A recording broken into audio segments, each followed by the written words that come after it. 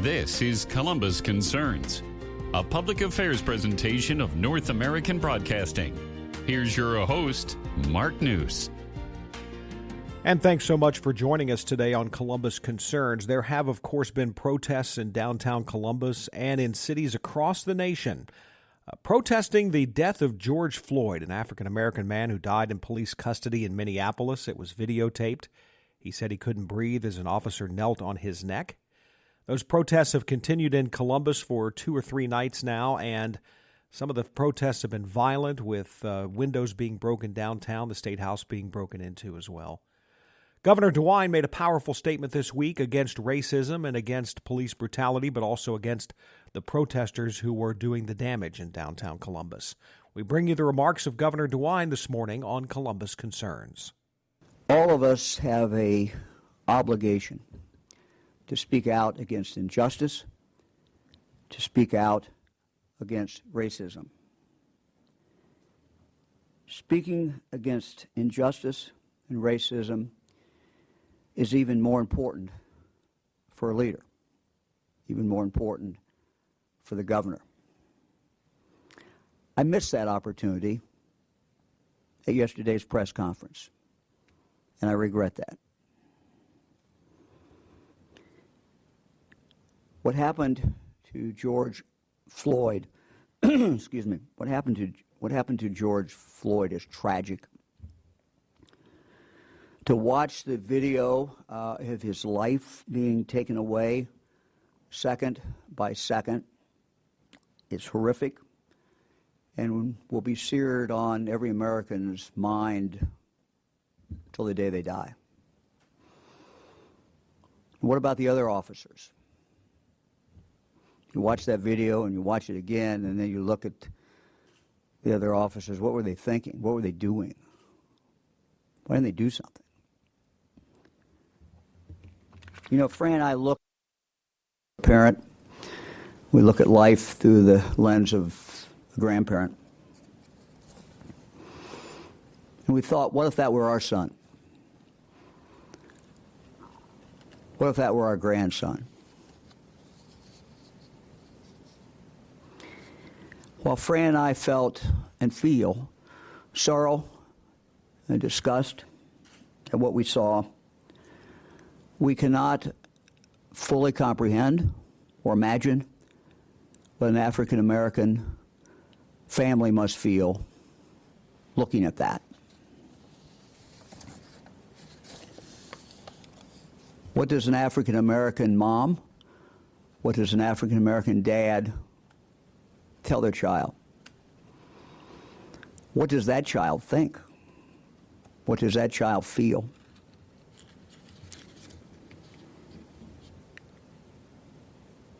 As a former prosecutor and attorney general, my thoughts when I see misconduct by police always goes to, where's the police training? Did they have the right police training? And we know it's not all about police training. But my mind goes to that and wondered. This officer's conduct violated every principle of human decency, but it also violated any kind of basic police training. When I was Attorney General, we made police training a priority, and I know David Yost continues that. We put a primary focus on training officers to de-escalate difficult situations. We put an emphasis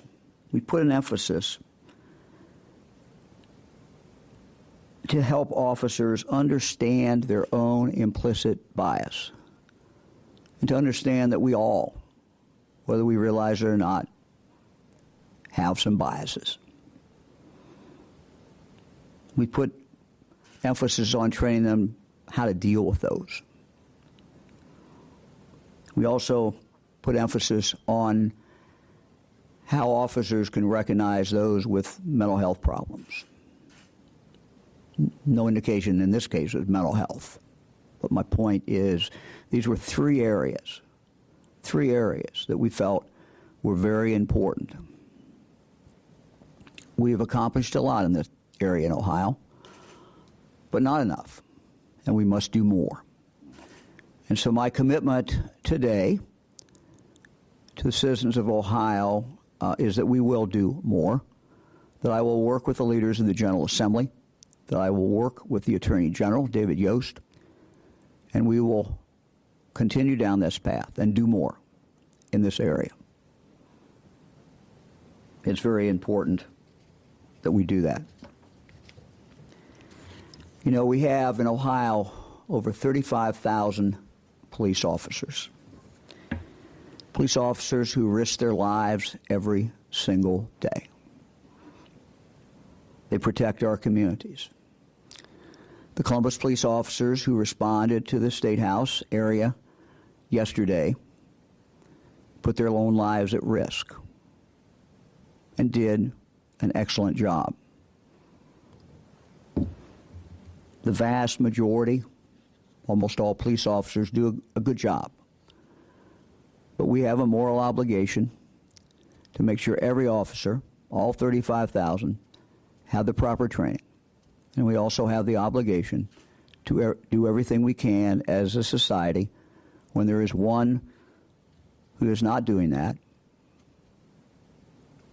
one who might be a racist, one who might have other challenges, to make sure that they stop being a police officer.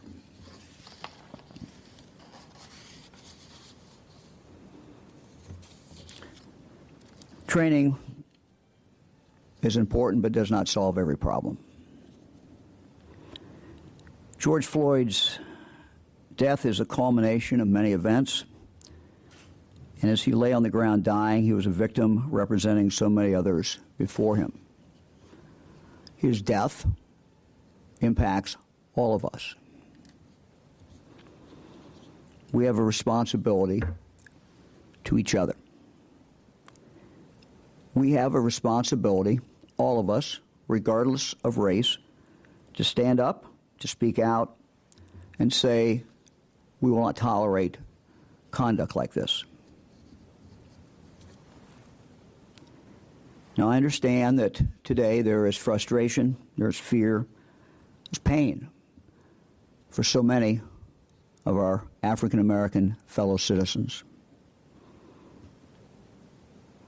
There is pain for many African American men and pain for the families that love them. The pain, the distress, the anger, the fear are real. I want to make sure, as governor of this state, that I say to every African American male, women, children, you're valued.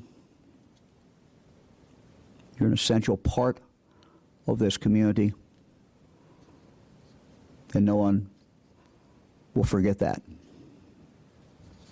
Through your pain, your anger, and your grief, you are valued. You're important members of our community. I stand here to acknowledge that I hear the voices of frustration. I hear it. I receive those words and emotions with empathy and a commitment to seek solutions and justice, to seek justice when it is denied. Last week we talked a lot about health disparities in our minority communities throughout Ohio. We talked about how health disparities among our minority communities have been really laid bare by the COVID-19 pandemic. And so as we continue to navigate our lives through this coronavirus, we will, as I said the other day, we will focus much needed attention on the health disparities impacting African Americans and other communities of color. That is our commitment. We made a commitment to increase access to testing in both urban and rural areas of Ohio to help those most vulnerable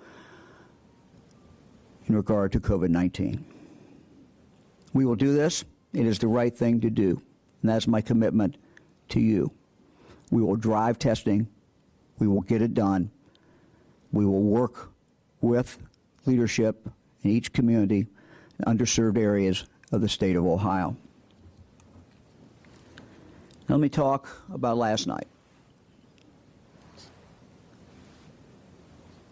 Protests expressing outrage are not only understandable, they are appropriate.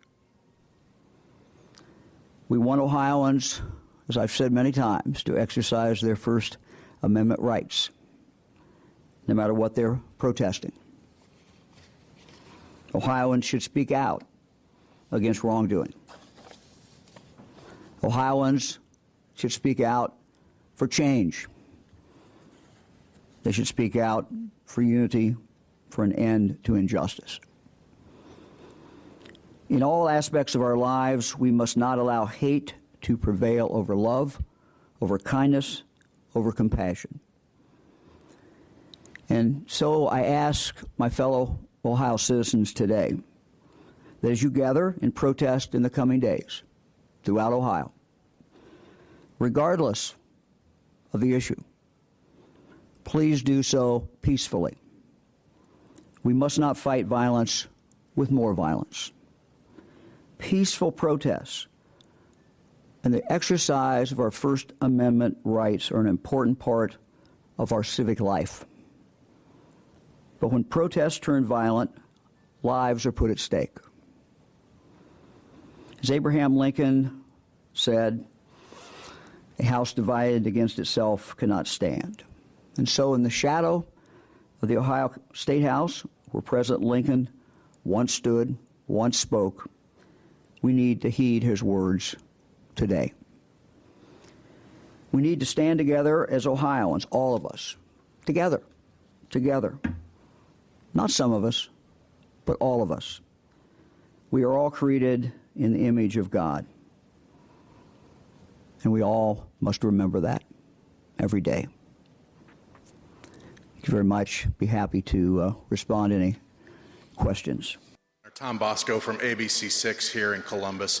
Can you remark on the response last night by Columbus Police? Was it appropriate? Was it enough? Was it not enough? What about the possibility, or did you ever entertain last night bringing in any extra forces, National Guard or any other forces like that?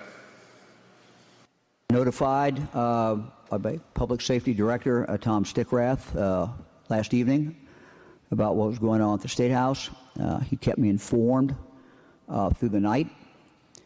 I think the fact that there were no injuries, serious injuries, is a tribute to the work done by the police. We did not at any point discuss bringing in the National Guard. The Highway Patrol, of course, was there. Highway Patrol did what they do in regard to the State House. So, that's what happened. What happened last night? It was a Columbus Police Department was in charge, and that's the way that should be. Kevin Landers, WBNS 10 TV. Governor of the Ohio Legislative Black Caucus plans to introduce legislation to declare racism as a public health crisis. Do you agree with that? And also, on March 27th, the Ohio Supreme Court and you also issued a toll on evictions. That order will expire on July 30th, and given the state's high unemployment, do you think it will be needed to be extended? Thank you.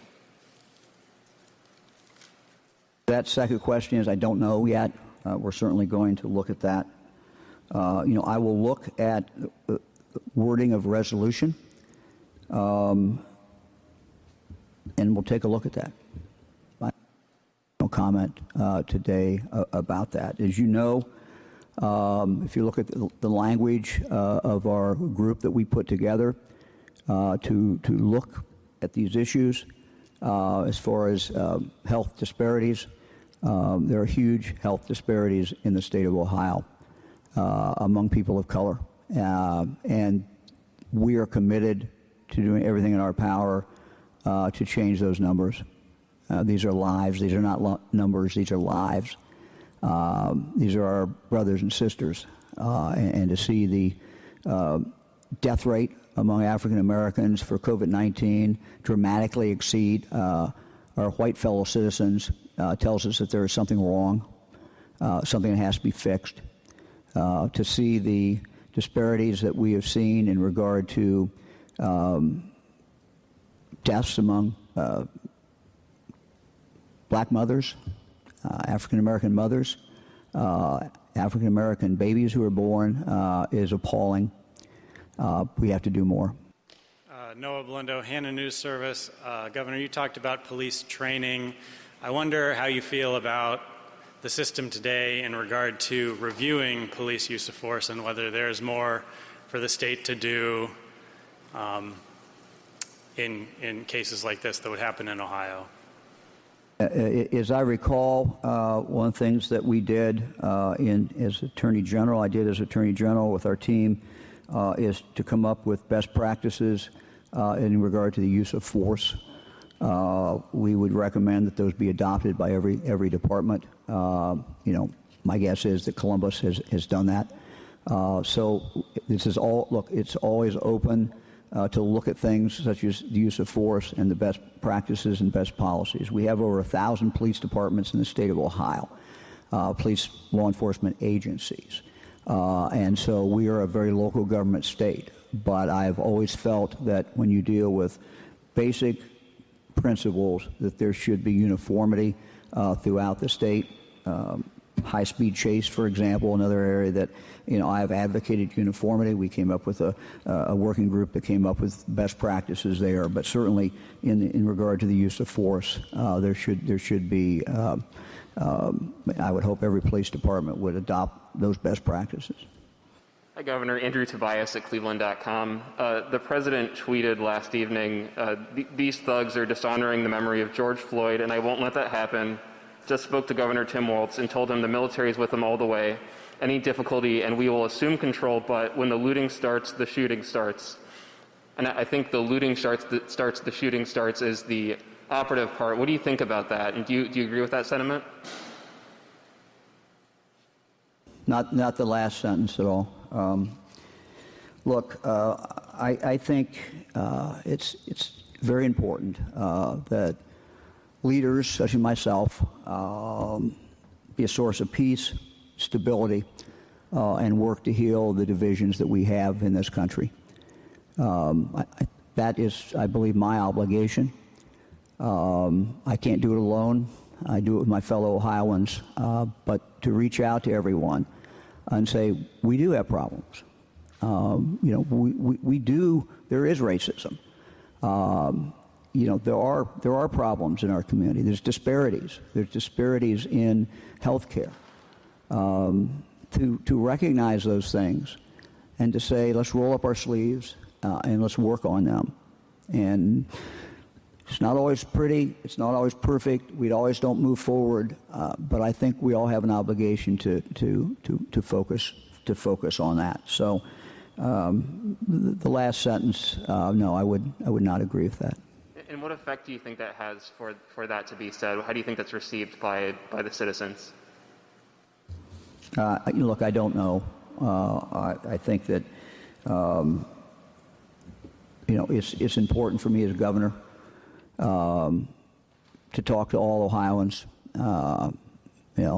Every day I think about the fact that I represent 11.7 million Ohioans in a very wonderful, very diverse state with different backgrounds and different challenges that each face. I think my job is to try to bring people together. We don't always come together, but we got to keep trying. And that's Governor DeWine this week on the protests in downtown Columbus and across the nation, those who are protesting the death of George Floyd in Minneapolis. I'm Mark News. Thanks so much for joining us today. Thanks for listening to Columbus Concerns, a public affairs presentation of North American Broadcasting. You can send questions or comments about today's show to Columbus Concerns in care of this station, 1458 Dublin Road, Columbus 43215. Or email us at columbusconcerns@napcomedia.com.